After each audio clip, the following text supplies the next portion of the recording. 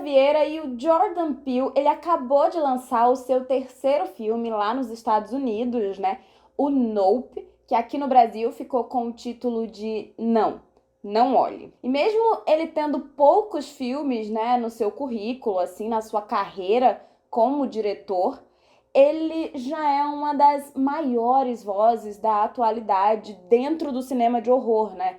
Então, eu achei que valia muito a pena vir aqui hoje para falar sobre o Jordan Peele, porque ele tem assim uma grande diversidade de temas, né, nos seus filmes, e eles são filmes cheios de referência. Eu já fiz um vídeo aqui falando das referências que o Jordan Peele usa nos seus filmes, vou deixar linkado aqui em cima, tá? Só que assim, o Jordan Peele, ele pega essas referências e ele coloca, né, questões sociais, raciais, e ele acaba subvertendo bastante o gênero do horror. Então, todos os seus filmes, eles trazem diversos simbolismos, né? E simbolismos muito importantes, e é sobre isso que a gente vai falar hoje, sobre os simbolismos no cinema do Jordan Peele. E eu já aviso que esse vídeo vai ter spoiler de Corra e de Nós. Então, se você não assistiu a esses dois filmes, para esse vídeo, assiste os dois e depois volta aqui, porque aí vai fazer muito mais sentido, tá bom? Em Corra, que é o primeiro filme do Jordan Peele, né, e que rendeu a ele um Oscar de melhor roteiro original, porque o homem foi lá e arrasou mesmo, o roteiro do filme é brilhante. A gente tem o Chris, né, que é o protagonista, e ele é um jovem fotógrafo negro, que vai conhecer a família da sua namorada, que olha só, ela é branca. Então, assim, quando ele chega nesse lugar, aquela família que aparentemente é muito simpática, ele descobre que, na verdade, ela não é tão simpática assim. Ele descobre que a família da jovem, ela faz procedimentos onde colocam a essência de uma pessoa branca dentro de um corpo negro, né? E ele foi um dos escolhidos para ser vítima desse procedimento completamente absurdo e amoral e imoral e enfim, né? Segundo o próprio Jordan Peele, o Corra, né, ele lida com medos próprios que ele, o diretor, tem e que, na verdade, várias pessoas negras possuem também. Várias pessoas negras dos Estados Unidos, né, possuem esses medos. Então, em uma época onde lá já teve o Obama como presidente por 2 mandatos, né, um homem negro, muitos brancos, eles acabam se achando muito progressistas e, enfim, aliados à luta antirracista. Enfim, eu não diria bem isso, mas, enfim, eles se consideram pessoas não racistas por terem votado no Obama, sabe? Quando, na verdade, na prática, eles continuam perpetuando o mesmo racismo de sempre, sabe? Então, em Corra, o Peele, ele traz uma grande influência do filme Esposas em Conflito, que eu também já falei por aqui pelo canal e vou deixar linkado aqui em cima. Só que no filme Esposas em Conflito, a gente tem a questão dessa perda da identidade bem voltada para a questão da mulher, né? O filme é ali, da década de 70, ele traz, né, toda a coisa da segunda onda do feminismo e tal.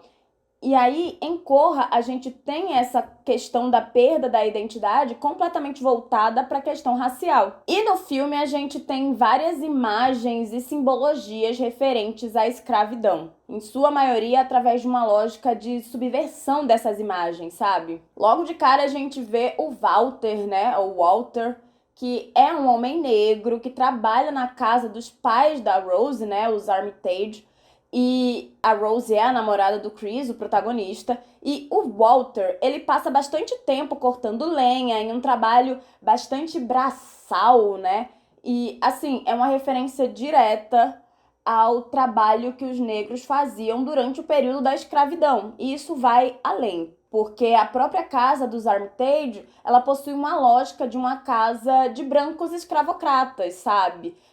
A maneira como a casa é filmada e a maneira que ela é construída, se você parar para olhar, ela vai lembrar muito casas de filmes que falam sobre a escravidão, a maneira como todo o terreno ali é colocado. Então, assim, a casa, ela traz, né, essas referências a casas do período escravocrata lá nos Estados Unidos. Então, é uma forma do filme mostrar que a lógica racista, que a lógica escravocrata, que é do passado, ela, na verdade, ainda se faz presente nos dias de hoje, infelizmente, sabe? Então, outro momento é o leilão do corpo do Chris. Sim, né? Tem aquele momento onde a imagem dele tá colocada e aí o pai da Rose, né, o patriarca da família Armitage, ele vai lá e leiloa o Chris. Pois é, uma pessoa. E é uma analogia direta ao período da escravidão, quando escravocratas brancos, né, compravam pessoas negras e tiravam a sua liberdade, achando que tinham esse direito, né, e tratando corpos negros como se fossem nada. Os brancos do filme, eles estão comprando uma pessoa negra para usar seu corpo enquanto eles detêm esse poder. Eles acham que eles têm esse poder e esse direito de fazer isso com outro ser humano, né? Outro ponto interessante é observar quando o Chris, ele é hipnotizado pela mãe da Rose, né? E aí ele sente como se ele estivesse caindo, indo para o sunken place. E a imagem dele caindo sugere bem o que a família quer fazer com ele, sabe? Que tem que empurrar seu desejo e controle para um lugar distante dentro da sua mente, né? Separar essa mente desse corpo e aí dar o controle desse corpo a uma outra pessoa, no caso, uma pessoa branca. Outra referência ao período da escravidão e que subverte o imaginário coletivo acontece quando o Chris, ele tá preso. Ele tá preso em uma poltrona, né? E aí ele observa a poltrona que ele tá sentado e ele vê pedaços de algodão. E aí ele usa esses pedaços de algodão para tampar seus ouvidos e assim ele resistir à hipnose, né? O que ajuda na sua libertação. Os escravizados, eles foram levados, né, aos Estados Unidos para trabalhar em colheitas de algodão. Então, assim, ao usar o algodão como algo que ajuda o Chris a se salvar, o filme traz uma subversão de um símbolo muito forte, né? E muito direto ao período da escravidão lá nos Estados Unidos. Corra faz questão de trazer esses elementos para mostrar ao público que o racismo, infelizmente, ele ainda é um assunto bem atual, né? E que ele precisa, sim, ser muito discutido. Não é algo que está no nosso passado, mas sim uma coisa que ainda se faz presente no dia a dia de pessoas negras, sabe?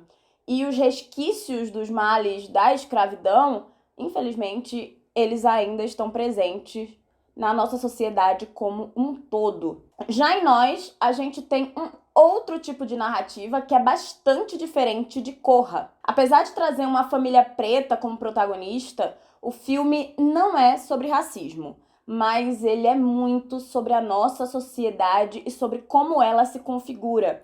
E veja bem, a nossa sociedade, ela é uma sociedade racista, e isso é importante de ser pensado. O Nós, ele vai trazer elementos que falam sobre a dualidade que temos como seres humanos e sobre as dualidades dos Estados Unidos.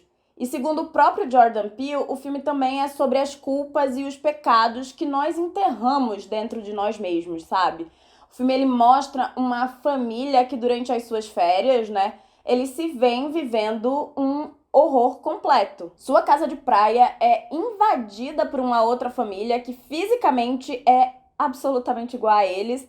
São duplos, né, desses personagens que são fisicamente iguais, mas na verdade são pessoas com personalidades completamente diferentes das personalidades desses personagens que a gente já foi apresentado antes, né? E aí eles vão ter que lutar para sobreviver da ameaça que esses invasores acabam causando, né? É interessante observar que, apesar dos duplos eles parecerem vilões, ao final do filme a gente percebe que, de fato, eles não são muito vilões assim. O vilão, na verdade, é a sociedade, né? Que maltrata, que esmaga pessoas com a sua lógica, que é completamente massacrante. Então, o filme mostra que as diferenças entre os personagens e os seus duplos vêm de um lugar de oportunidade. Um bom exemplo é como a Adelaide, que é uma das personagens que a Lupita Nyong'o faz, né? Quando ela era criança, ela fugiu dos túneis que ela vivia e aí ela não podia falar, porque ela não havia sido ensinada a isso. Ela não havia aprendido como falar. E aí o que acontece é que com o passar dos anos, ela conseguiu, né? Ela sendo socializada, ela conseguiu aprender e falar normalmente. E aí a gente tem a Red, que na verdade é a verdadeira Adelaide, mas a gente só descobre isso no final do filme, né? A Red, ela acabou presa durante muitos anos, né? E ela pode falar porque nos seus primeiros anos de vida ela foi socializada e ela aprendeu a se comunicar através da fala, né? Ela aprendeu essa comunicação verbal. Só que como ela ficou muitos anos presa naqueles túneis subterrâneos, a sua voz ela é rouca.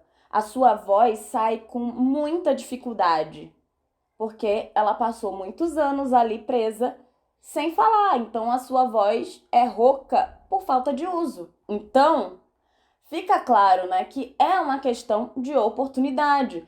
E aí, apesar do filme não ser sobre racismo, ao mostrar que dentro da nossa sociedade, algumas pessoas têm privilégios sociais em detrimento de outras pessoas, o filme deixa claro seu discurso, sabe? Em Nós, a gente vê uma trama que fala muito dos Estados Unidos. O us do título, ele significa nós, mas ele também é US, United States.